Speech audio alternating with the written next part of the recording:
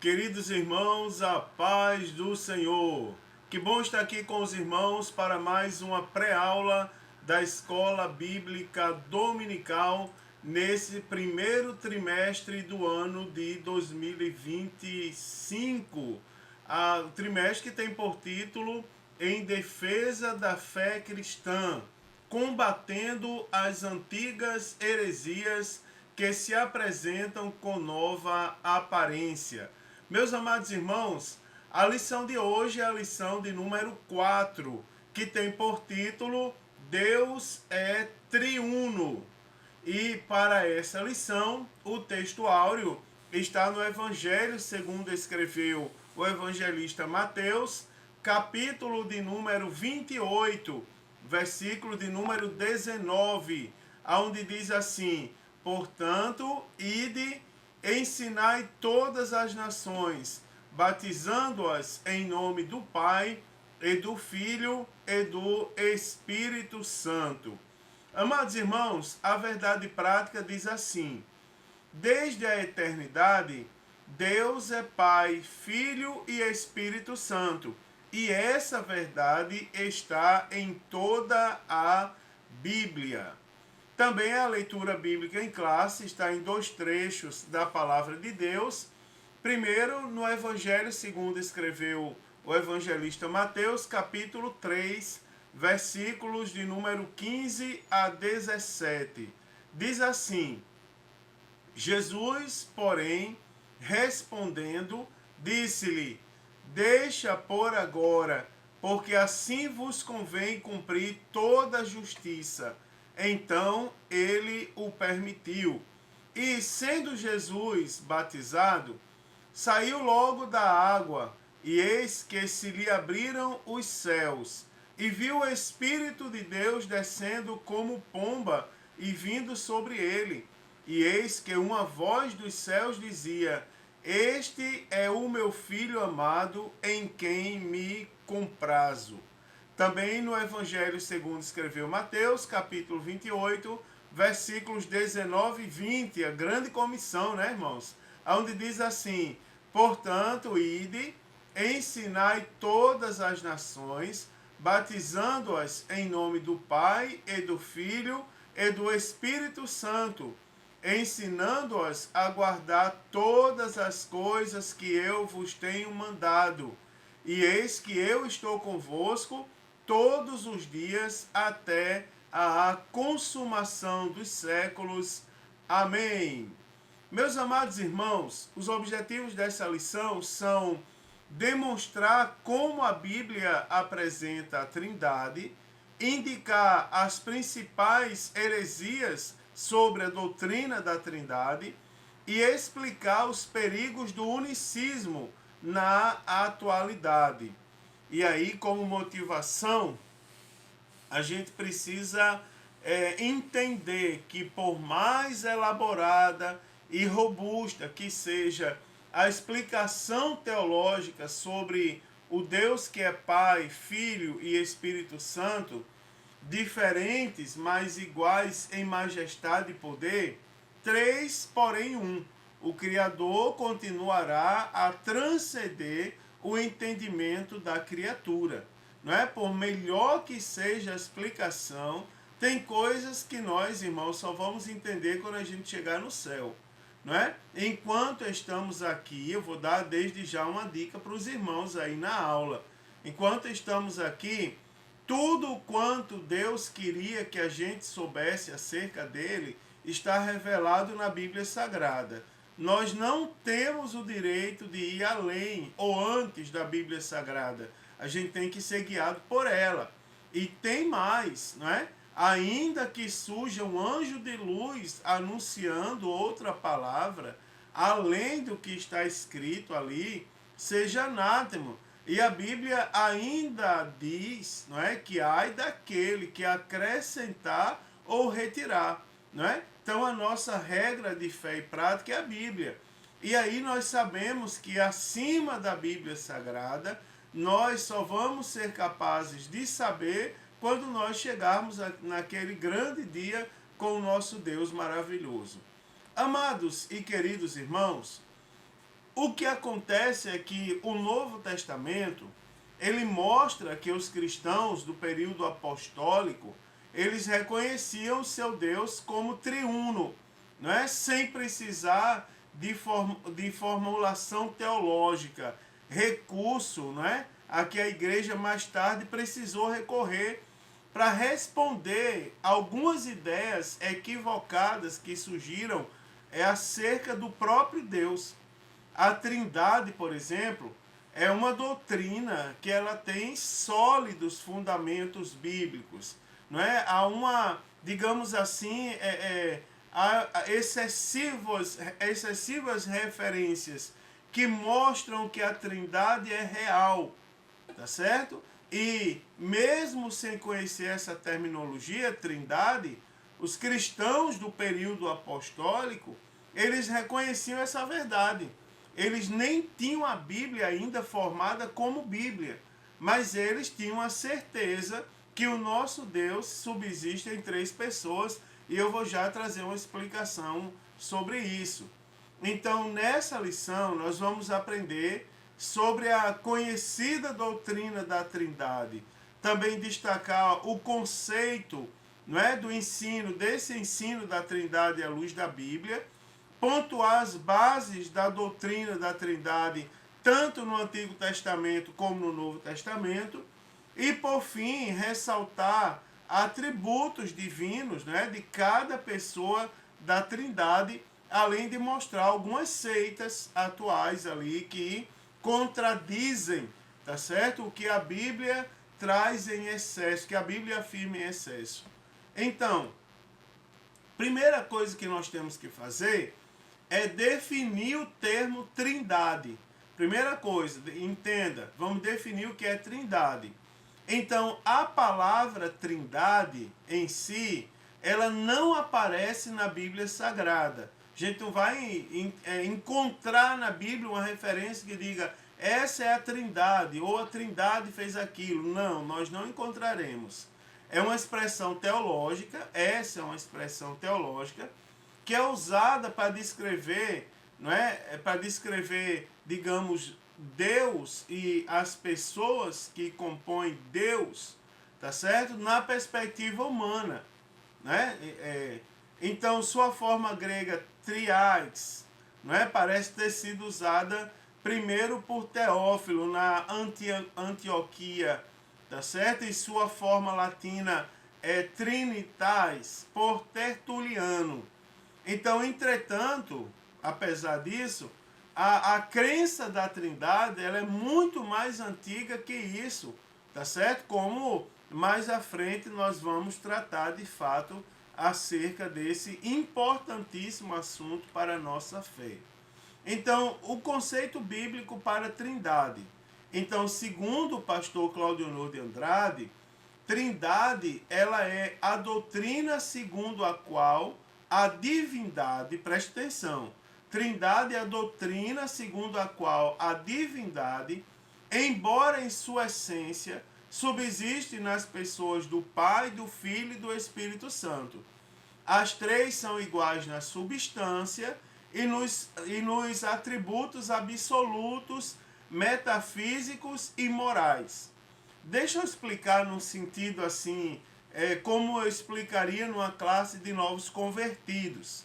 E aí os irmãos vão entender bem acerca desse assunto, para a gente já começar a lição entendendo. Você imagina dois homens, você imagina eu e meu pai, pegar eu e meu pai. Imagine que eu estivesse aqui do meu lado, eu e meu pai, estaríamos lado a lado.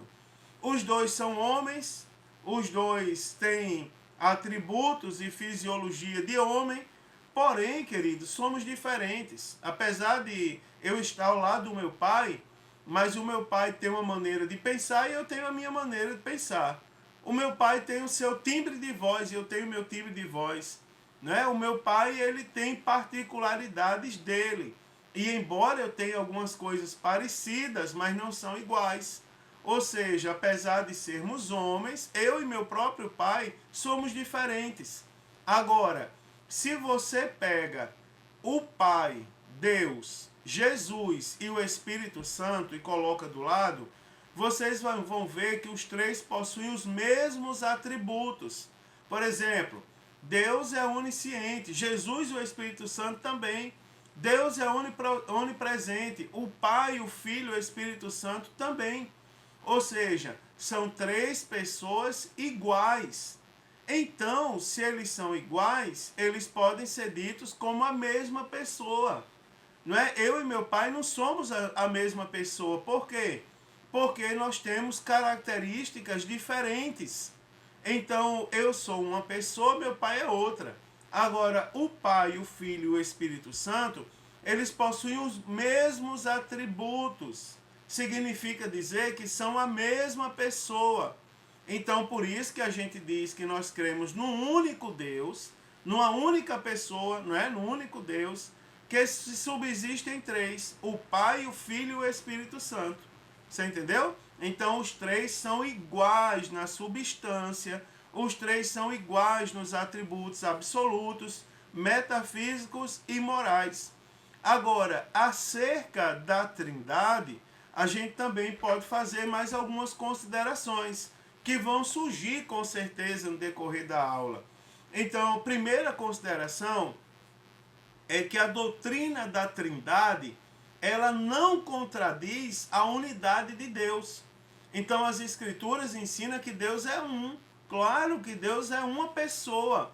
Contudo, a unidade divina é uma unidade composta de três pessoas iguais, que é o Pai, o Filho e o Espírito Santo, que cooperam unidos em um mesmo propósito. E aí tem algumas coisas interessantes, ó. Não existe nenhum tipo de hierarquia ou superioridade entre eles. Por que, pastor, que não existe? Se é o Pai, o Filho e o Espírito Santo, como não existe hierarquia? Existe hierarquia entre eu e meu pai, já que eu estou falando do meu pai. Meu pai é meu pai, é a minha autoridade. Deus, Jesus e o Espírito Santo são um só. Se eles são um só, possuem os mesmos atributos, as mesmas características morais, como pode haver hierarquia entre eles? São iguais, são a mesma pessoa. Então, não se tratando também de três deuses, que é como crê o triteísmo, nem três modos ou máscaras de manifestações divinas, não é? Como crê o unicismo, que a gente vai falar mais à frente.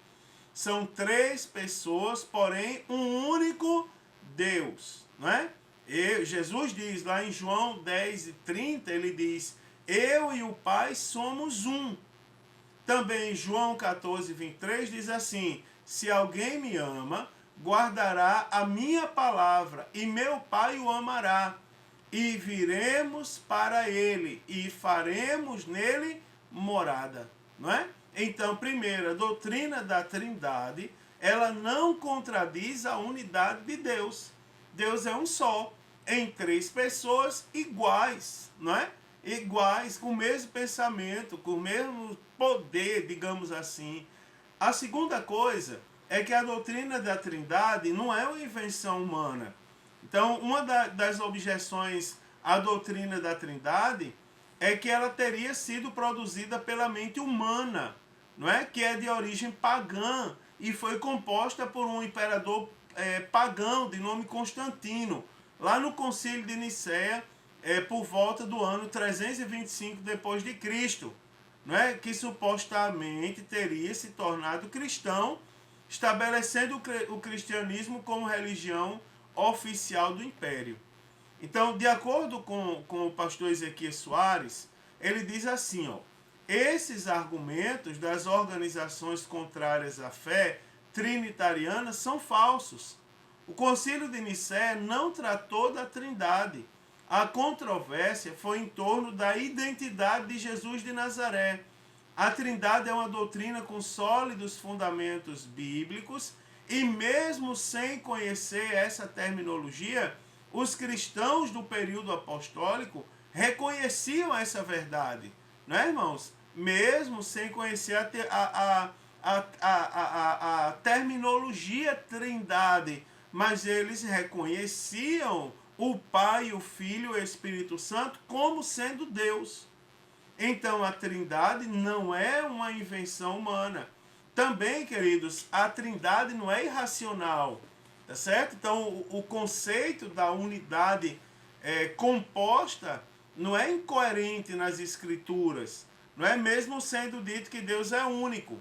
Então, a palavra único nesse sentido, ela vem do hebraico, não é? Echad, que alude a uma unidade composta, tá certo? É uma unidade composta.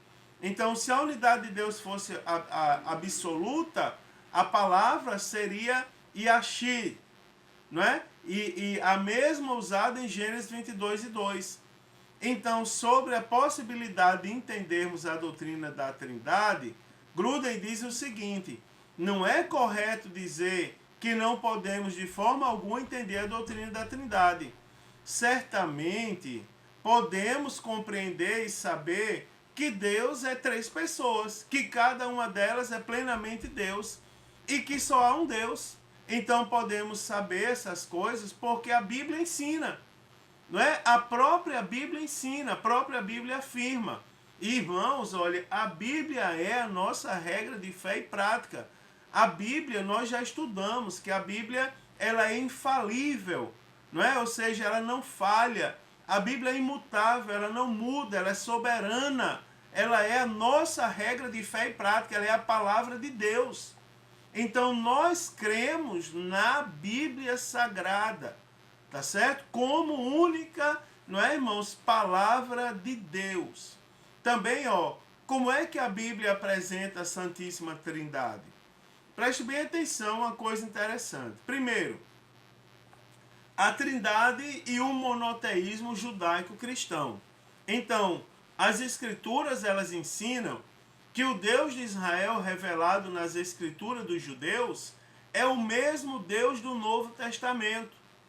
Preste bem atenção, o Deus revelado nas Escrituras dos judeus, não é? Lá na lei, por exemplo, é o mesmo Deus do Novo Testamento. Então, cada uma das 3 pessoas é chamada de Deus. Então, a mesma Bíblia que ensina a haver um só Deus e que Deus é um só, ensina também que o Pai é Deus, que o Filho é Deus e o Espírito Santo é Deus. Então, o nome Deus se aplica ao Pai sozinho, da mesma forma ao Filho e ao Espírito Santo. Né? Veja como a Bíblia não se contradiz.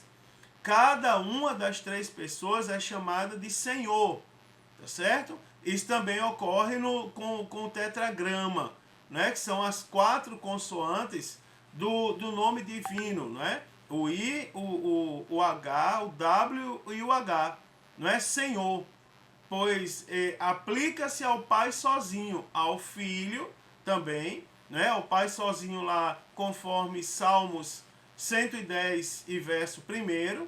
Também se aplica ao Filho, como por exemplo Isaías 40 e versículo de número 3. E ao Espírito Santo, como por exemplo em Ezequiel, capítulo 8, versículos de 1 e o versículo de número 3.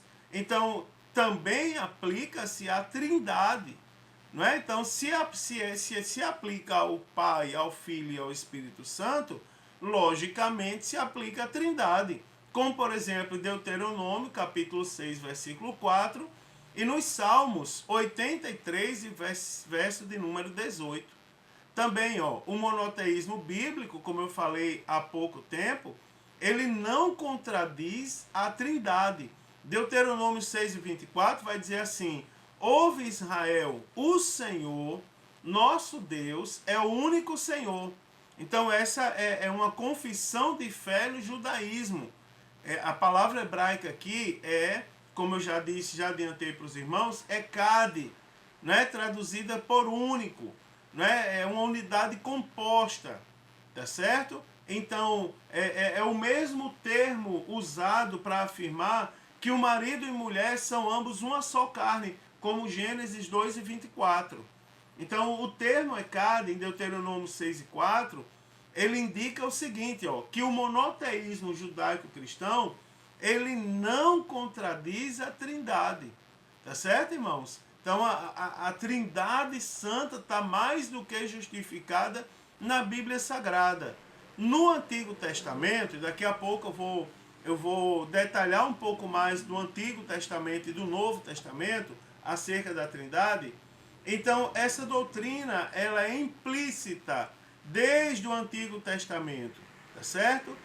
Pois existem declarações que indicam claramente a pluralidade na unidade de Deus. Gênesis 1:26 diz assim, ó: façamos o homem à nossa imagem, conforme a nossa semelhança.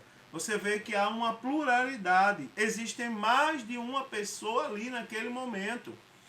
E não tem como haver, não tem como ser uma pessoa diferente de Deus. Por quê? Porque você imagina que se Deus falasse comigo, Mari, vamos fazer o homem conforme a nossa imagem.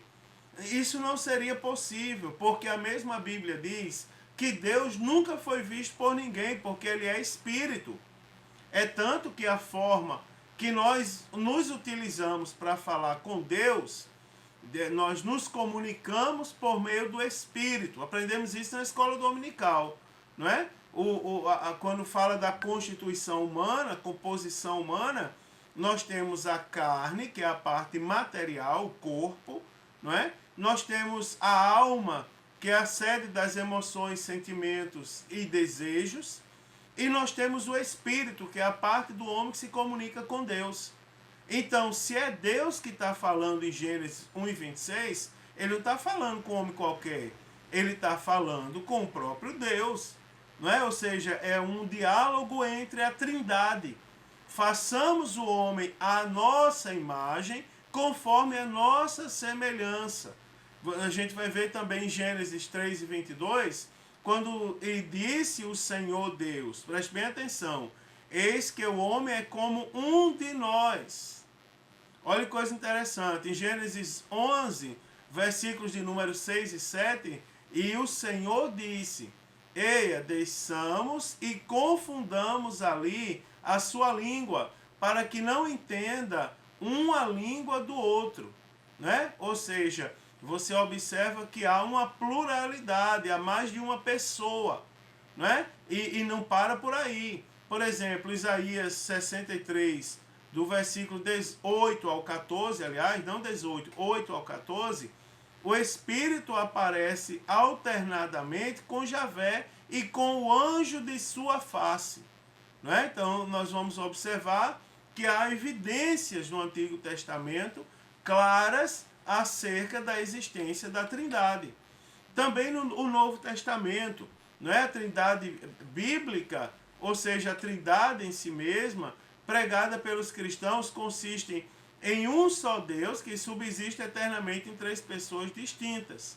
Então, primeiro nós temos a Trindade em si mesma, né? Então a base bíblica da Trindade, ela salta à vista de qualquer leitor do Novo Testamento, a começar da grande comissão, né, que nós lemos, batizando-os em nome do Pai e do Filho e do Espírito Santo, na distribuição dos dons espirituais, lá em 1 Coríntios 12, né? Também uma bênção, na bênção apostólica, tá certo? Também conhecida como bênção trinitária, a graça do Senhor Jesus Cristo, o amor de Deus, a comunhão e as consolações do Espírito Santo, né? Na unidade da igreja, conforme Efésios capítulo 4, na obra da salvação, conforme 1 Pedro capítulo 1, versículo 2, e inúmeras outras passagens, né, irmãos, tripartivas, né, que revelam a existência da Trindade.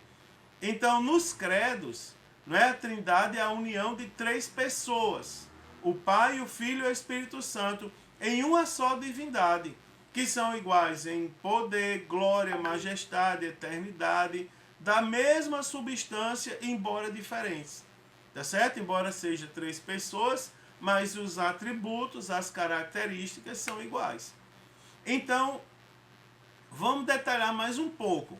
Por exemplo, a Trindade no Antigo Testamento. Preste bem atenção. Não é? Embora a doutrina, né, da Trindade ela não se encontre de forma, digamos, desenvolvidas no Antigo Testamento, ela se acha implícita, tá certo? Na revelação divina desde o princípio. Então vocês vão observar que uma boa justificativa para que essa doutrina não seja claramente ensinada no Antigo Testamento, ela é dada por um autor quando ele diz assim, ó: num mundo em que o culto de muitos deuses era comum, tornava-se necessário acentuar para Israel a verdade de que Deus é um e que não havia outro além dele. Não é? Se no princípio a doutrina da Trindade fosse ensinada diretamente, ela poderia não ser bem compreendida, não é? Ela poderia não ser bem interpretada. As pessoas poderiam interpretar, né, irmãos, a doutrina da Trindade como se fosse, não é, um sistema politeísta, ou seja, um sistema com vários deuses. Então, ainda que implicitamente, como eu falei há pouquíssimo tempo atrás, ainda que implicitamente no Antigo Testamento, pode ser visto indícios da doutrina, tá certo? No Antigo Testamento. Então, deixa eu mostrar aos irmãos alguns exemplos. Por exemplo, na criação do universo. Então, levemos em conta que a palavra hebraica Elohim, não é? É um substantivo plural. Então, nós vamos concluir que a Santíssima Trindade encontrava-se ativa na criação do universo. Não é? Uma vez que Elohim é uma palavra, um substantivo plural. Tá certo? Quando a Bíblia afirma que no princípio Deus criou os céus e a terra, ela atesta, não é, no ato da criação, que estiveram presentes o Pai, não é? Deus Pai, Deus Filho e Deus Espírito Santo. Tá certo? O João capítulo 1 diz: no princípio era o verbo era Deus, o verbo estava com Deus. Tudo que foi feito por ele, e nada do que foi feito sem ele se fez. Então, nós observamos que Deus criou o universo por meio do Filho. Não é? Enquanto o Espírito Santo, ele transmitia vida em tudo quanto era criado. A Bíblia diz que a terra era sem forma e vazia, lá no Gênesis capítulo 1. No princípio, né, a terra era sem forma e vazia, mas ela diz que o Espírito pairava sobre a face do abismo. Né? Ou seja, ele transmitia vida a tudo quanto era criado por Deus. Também, ó, na aparição do anjo do Senhor. Então, a manifestação do anjo do Senhor, em alguns casos, é uma indicação a respeito da Trindade no Antigo Testamento. Então, nós vamos ver que esse anjo, não é, dependendo do contexto, não apenas ele se identifica como como o próprio Senhor, como também é assim identificado a quem ele se revela. Então, entre as aparições, alguns textos nós poderíamos citar aqui, como por exemplo, Gênesis 16 e 9, versículo 13, Gênesis 22, versículo 11, 15, 16, Gênesis 31, versículo 11 e 13, Êxodo 3, versículo 2 e 4 e 6, não é? Juízes, capítulo 13, dos versículos 20 ao 22, e Malaquias, capítulo 3, versículo 1. Então, Strong, ele diz assim: algumas dessas aparições podem designar o Logos, não é, pré-encarnado, que é Jesus, cujas manifestações elas prefiguravam a sua vinda final em carne. Não é? Isso aqui é muito interessante. Também nós podemos observar no Antigo Testamento na expectativa messiânica. Então, nesse caso, que sempre foi um fator de consolação à alma dos hebreus, revela também, não é, a presença da Santíssima Trindade, não é, a expectativa da vinda do Messias. Lembre-se que eu estou falando de Antigo Testamento. Então, em todas as passagens, o autor sagrado, inspirado pelo Espírito Santo, mostra o Pai se referindo ao Filho, a Jesus Cristo. não é? Um trecho que mostra de maneira implícita a presença da Santíssima Trindade é no livro do profeta Daniel, capítulo 7, versículos de número, Daniel capítulo 7, versículos de número 13 e 14. Eu vou colocar aqui na tela para os irmãos acompanharem comigo. Ó. Daniel, né? Deixa eu voltar aqui a apresentação.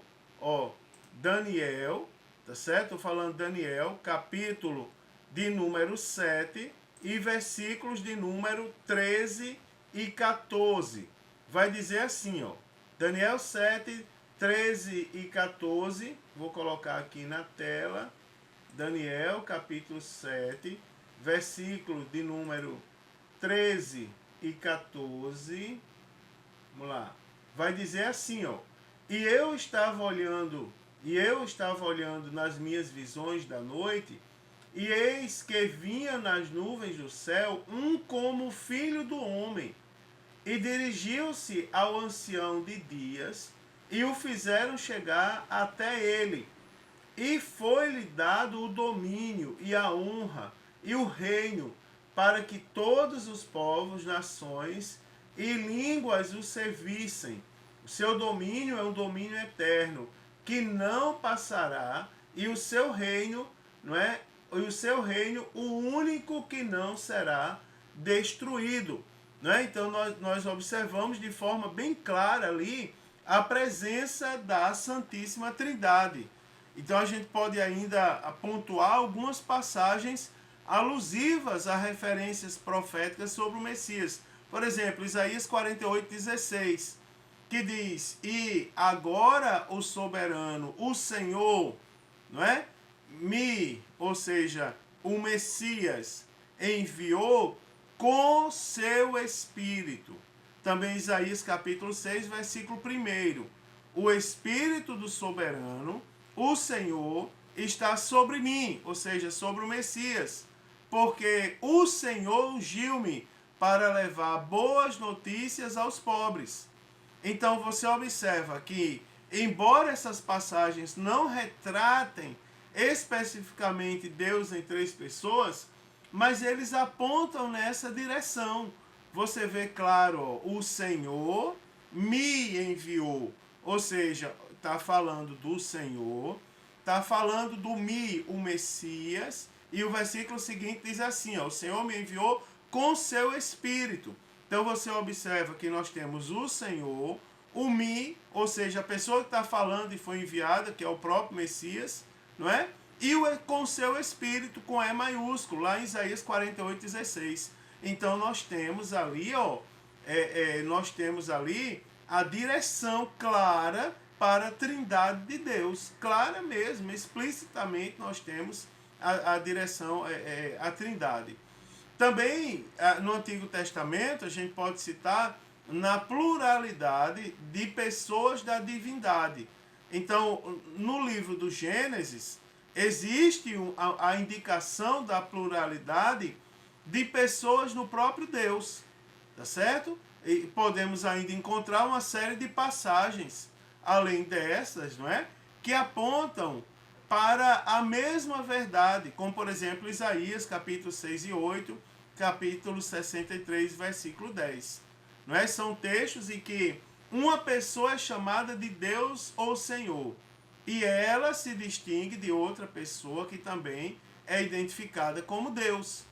Então, de maneira semelhante, o salmista, lá no Salmo 110, verso 1, ele diz: "Disse o Senhor ao meu Senhor: assenta-te à minha mão direita, até que ponha os teus inimigos por escabelo dos pés." Então Jesus, ele atesta, não é, que Davi está se referindo, nesse caso do Salmo 110, a pessoas separadas, chamando essas pessoas de Senhor, tá certo? Mas quem é o Senhor de Davi, senão o próprio Deus, não é? Então, na perspectiva do Antigo Testamento, a gente pode parafrasear, não é, o versículo da seguinte maneira: Deus Pai disse a Deus Filho, assenta-te à minha direita. Então você observa que diante disso, mesmo sem o ensino, não é, do Novo Testamento sobre a Trindade, fica muito claro que Davi estava consciente da pluralidade, não é, de pessoas em Deus. Ou seja, está muito claro nos seus ensinos, nos seus escritos, acerca da pluralidade de Deus. Então, no Novo Testamento, agora no Novo Testamento, falamos do Antigo, agora vamos para o Novo, falar um pouquinho mais sobre isso. Então, a Santíssima Trindade no Novo Testamento. Então, é no Novo Testamento, queridos, que nós encontramos as mais claras e explícitas manifestações acerca da Santíssima Trindade. Então, eu quero mostrar para vocês alguns registros onde se evidencia, digamos, essa doutrina tão importante para a nossa fé no Novo Testamento. Eu estava no Antigo, agora eu vou para o Novo Testamento especificamente. Então você observa, claramente, no batismo e ministério de Jesus Cristo. Então, nessa a clássica manifestação da Trindade, lá de Mateus capítulo 3, versículo 16 e 17, nós vemos uma das pessoas, o Filho, que se submete ao batismo, o Espírito Santo desce sobre ele como uma pomba, e a pessoa do Pai declara o seu amor, não é, a Cristo, atestando sua filiação. Esse é meu Filho amado em quem eu me comprazo. Então, no Monte da Transfiguração, a gente vê com clareza, mais uma vez, a pluralidade de pessoas, lá conforme Mateus capítulo 17, versículo 5, e também Marcos capítulo 9, versículos de números 7 e 8. Também na ascensão de Jesus. Então a gente vê, já prestes, não é, a ser assunto ao céu, então Jesus Cristo, ao dar as últimas instruções, ele mesmo declara, não é, irmãos? Ele mesmo declara em Mateus 28, 19. Portanto, vão, ensine ou forme discípulo de todas as nações, batizando-as em nome do Pai e do Filho e do Espírito Santo. Então observa que o batismo é uma das coisas, inclusive, que nós fazemos, uma das recomendações bíblicas que nós praticamos, baseando-nos ou em nome da Trindade. Você vê que da maneira como está escrito, né, da maneira como está escrito ali, nós não temos como separar. Você vai ver, batiza em nome do Pai, e tem o I. O I é o S sem acento, que na língua portuguesa é uma conjunção coordenada sindética aditiva, da ideia de soma. Então o batismo é algo que a gente faz em nome do Pai, e do Filho, e do Espírito Santo. Não é? Então, será que ainda resta dúvida, observando o próprio Jesus fazendo menção à Trindade? E aí a gente observando que os profetas falaram no Antigo Testamento, será que ainda existem dúvidas acerca da Trindade? Não é? Também a gente pode observar na vida da igreja primitiva. Então, lá nos Atos dos Apóstolos, a Santíssima Trindade aparece, não é, irmãos? Operando ativamente desde os primeiros versículos de Atos, capítulo 1, versículo 1 e 2. Lá em Atos dos Apóstolos, nós encontramos a Trindade na proclamação do Evangelho, no testemunho eficaz da fé cristã, no chamamento dos obreiros e também lá no Concílio de Jerusalém, de Atos capítulo 15. Tá certo? Também nas epístolas, né? Nas epístolas, nós observamos claramente também a presença do Espírito Santo. E por que não citar o próprio Apocalipse, não é? A revelação do nosso Deus para os últimos acontecimentos.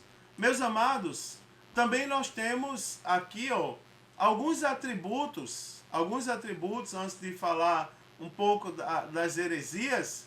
Então a Bíblia, ainda comprovando a existência da Trindade, a Bíblia Sagrada categoricamente especifica que todas as pessoas da Trindade, elas possuem a mesma essência, tá certo? Possuindo os mesmos atributos incomunicáveis. Então, aqui eu quero mostrar alguns a vocês. Aqui nós temos os atributos incomunicáveis: a eternidade, a onipotência, a onipresença, a onisciência e o Criador. Você vai observar o seguinte, ó, que esses atributos são atributos exclusivos de Deus, tá certo? Só quem é eterno é Deus. Não existe outro. Não é? Me perdoe citar um nome indesejado, mas o Satanás não é onipotente, não é eterno, não é onipresente. São atributos exclusivos de Deus. Então, a Bíblia Sagrada, ela vai mostrar para a gente todos esses atributos nas três pessoas da Trindade.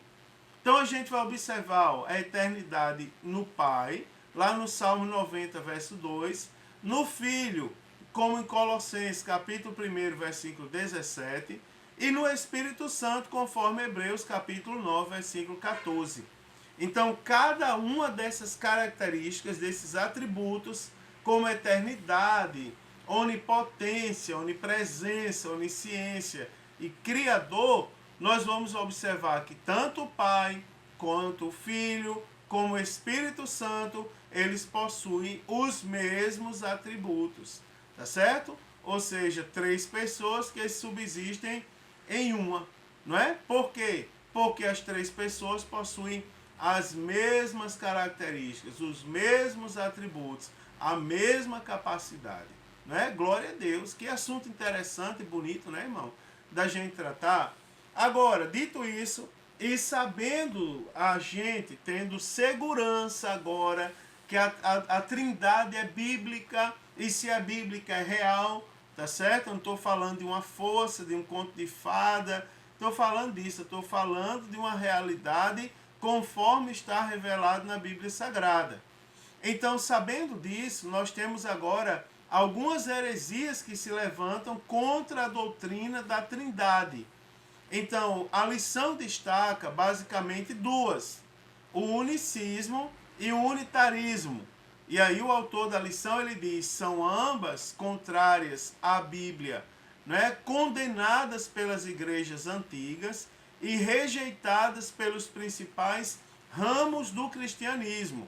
Então, nessa lição aqui, o autor decidiu não frisar no unitarismo, mas ele decidiu frisar no unicismo. Então, o que é que nós temos? O que é o unicismo? O unicismo é um movimento que, desde a sua origem, lá no século III, é considerado como monarquianismo, modalismo, patripacianismo, né? Me perdoe o gaguejar, não é? E também sabelianismo. Então, os principais heresiarcas, né, representantes desse movimento foram Noeto, não é, Práxias e Sabélio. Então, preste bem atenção, o unicismo, ele não nega a deidade absoluta do Filho, nem do Espírito Santo, mas negam a trindade, tá certo? Pois confundem as pessoas. Então, a heresia, ela consiste aqui em negar a trindade, pois eles ensinam o quê? Que o Pai, o Filho e o Espírito Santo, não é? É uma única pessoa e não três pessoas distintas em uma só na divindade. Então, a Bíblia ensina o monoteísmo, ou seja, a existência de um só e único Deus, eternamente, não é? Que subsiste em três pessoas distintas. Não é? É como afirma, inclusive, o nosso credo oficial, não é? Que é a nossa declaração pública de fé. Também, a verdade bíblica, não é, sobre o unicismo. Ninguém no mundo chega à conclusão unicista, simplesmente pela leitura da Bíblia. Muito pelo contrário, se você ler a Bíblia, você vai acreditar que a Trindade existe, não é? Então, salta à vista de qualquer leitor a distinção dessas três pessoas, a começar pelo batismo de Jesus. Então, diversas vezes, Jesus ele deixou muito claro que ele é uma pessoa e o Pai outra, embora sejam eles o mesmo Deus. Tá certo? Isso aí Jesus deixou muito claro. Então trata-se de um relacionamento tipo eu, tu e ele, não é? Então quando Jesus anuncia a vinda do Consolador, ele emprega a terceira pessoa, tá certo? Ele emprega o ele. Né? A Bíblia ensina que Jesus é o Filho do Pai, não o próprio Pai, tá certo? Então isso significa que não pode ser o próprio Pai, não é, do mesmo Filho. Tá certo? Então, você vai ver que se for para a Bíblia, né, o unicismo cai por terra, em nome de Jesus. Tá certo? Também o unicismo é como heresia antiga na atualidade. Preste bem atenção agora, que coisa interessante. Tá certo? Qual é o problema aqui? Então, na atualidade, existem alguns movimentos evangélicos pentecostais que são unicistas, não é? Ou seja, eles ensinam a respeito de um Deus diferente, não é? De forma sutil, não é? E por meio da música, esses unicistas ensinam esse desvio doutrinário sobre Deus.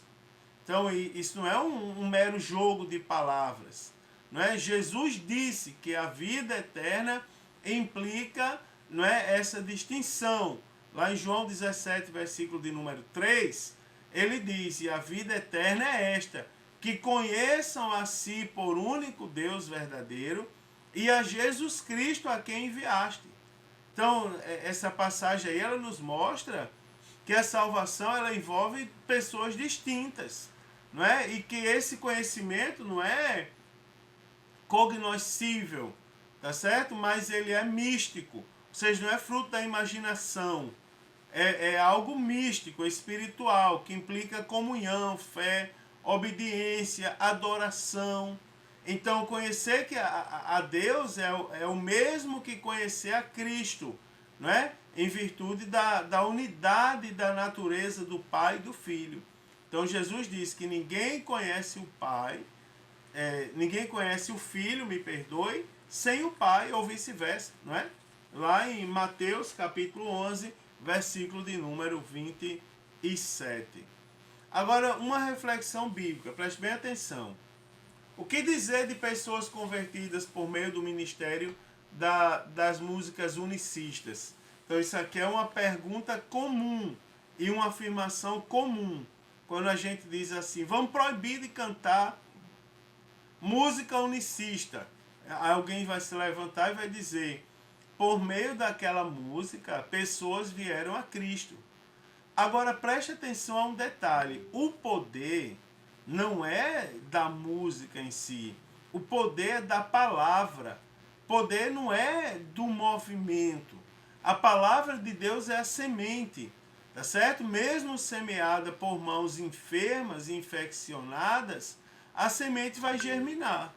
Agora, você vai observar um detalhe interessante, né, irmãos? Um detalhe muito interessante aqui, muito interessante, é que você observa que o que está sendo citado aqui é a palavra de Deus, e há poder na palavra de Deus. Então, alguns podem dizer que se sentem bem aos ouvidos dessa música. Não é? Assim, convém lembrar que ninguém está autorizado a fundar doutrinas com base em experiências humanas. Então, as emoções caíram com a natureza humana no Éden. Não é? Assim como a natureza humana do Éden. E não serve como instrumento aferidor da doutrina. Né? Então a Bíblia ela é a única fonte doutrinária do crente, né? E não as nossas emoções, tá certo? Pois nós somos norteados pela palavra na direção do Espírito Santo, isso é algo incontestável. E aí vem a posição oficial. O unicismo ele é completamente condenado na Bíblia. Ele é considerado uma heresia pelas igrejas desde a origem e rejeitado, né, pelos princípios raros do cristianismo, aliás, pelos principais ramos do cristianismo e pela nossa declaração de fé. Então nós temos um manifesto oficial contra o unicismo e o uso das músicas de grupos unicistas em nossas igrejas. Porque a partir do momento que cantamos, é como se nós concordássemos com ele. Então a maioria da nossa liderança já se posicionou contra essa heresia. Né, irmãos? É importante assim, ó, aqui é um ponto que eu digo assim, lembre-se que nós estamos lidando com pessoas inteligentes. Então não cabe chegar lá e dizer, ó, tá proibido e acabou. Não. A gente precisa saber explicar o motivo, não é, de ter se acabado, de não poder cantar mais. Então a importância dessa decisão é para evitar que se adore a outro Jesus, né? Um Jesus falso, diferente do Jesus que é revelado no Novo Testamento. Nós cremos que Jesus foi concebido a partir de uma virgem, tá certo? E nós cremos, tá certo, em Jesus Cristo da Bíblia, Jesus Cristo como uma das pessoas da Trindade. No momento que eu digo nego isso, por exemplo, que Jesus faz parte da Trindade, eu estou, não na verdade, me posicionando contra. Eu estou criando uma heresia, não é? E estou adorando um Jesus que não é o Jesus da Bíblia. Então nós devemos destacar que nós não somos contra os unicistas, mas contra o unicismo, não é? Contra a doutrina desviante. O unicismo é perigoso. Então nós devemos manter contato e um contato respeitoso no nosso dia a dia com essas pessoas, embora nós discordamos de suas crenças, né, com mansidão. Nós não cremos que o Pai, o Filho e o Espírito Santo não sejam três pessoas distintas, não é? Então a gente mantém a nossa posição e crê que tem base bíblica. E aí a gente deixa os seguidores das heresias aí, infelizmente, seguirem por outro caminho. Então, preste bem atenção. A introdução do credo de Atanásio, ele resume a doutrina da Trindade, porque ele diz assim, ó: todo aquele que quer ser salvo, antes de tudo, deve professar a fé cristã, a qual é preciso que cada um guarde perfeita e inviolada, não é? Ou terá com certeza de perecer para sempre. Então a fé cristã é esta, que adoremos, não é, um Deus em trindade e trindade em unidade. Não confundimos as pessoas, nem separamos também as substâncias, tá certo? Então o problema é que os unicistas, eles separam a substância e os unicistas confundem as pessoas, não é? E assim creem num Deus distinto do que é apresentado pela Bíblia Sagrada. É como se fosse um Deus diferente. Então a doutrina da Santíssima Trindade é uma doutrina que nós observamos que ela é uma doutrina puramente bíblica. Ela não foi criada pela gente, ela foi revelada através das Escrituras, não é? Embora seja um mistério, né? Jamais será uma contradição na nossa fé. E aí, eu vou terminar com a citação que diz assim: se tentarmos entender Deus por completo, podemos perder a razão ou a mente, não é? Não acreditaremos sinceramente na Trindade, mas se não acreditarmos sinceramente na Trindade, nós vamos perder a nossa alma. Que Jesus nos guarde, né, irmão? Jesus conserve em nós, em nosso coração, a certeza de que a Trindade ela é bíblica, porque está na Bíblia Sagrada. Queridos, que lição maravilhosa, que lição espetacular. Deus abençoe, tenha uma excelente aula. Leia mais um pouco, prepare uma aula maravilhosa para os seus alunos. Ligue para aqueles que estão faltando, tá certo? Vamos reunir todo mundo na bonita classe da escola dominical, porque é tudo para a glória de Deus.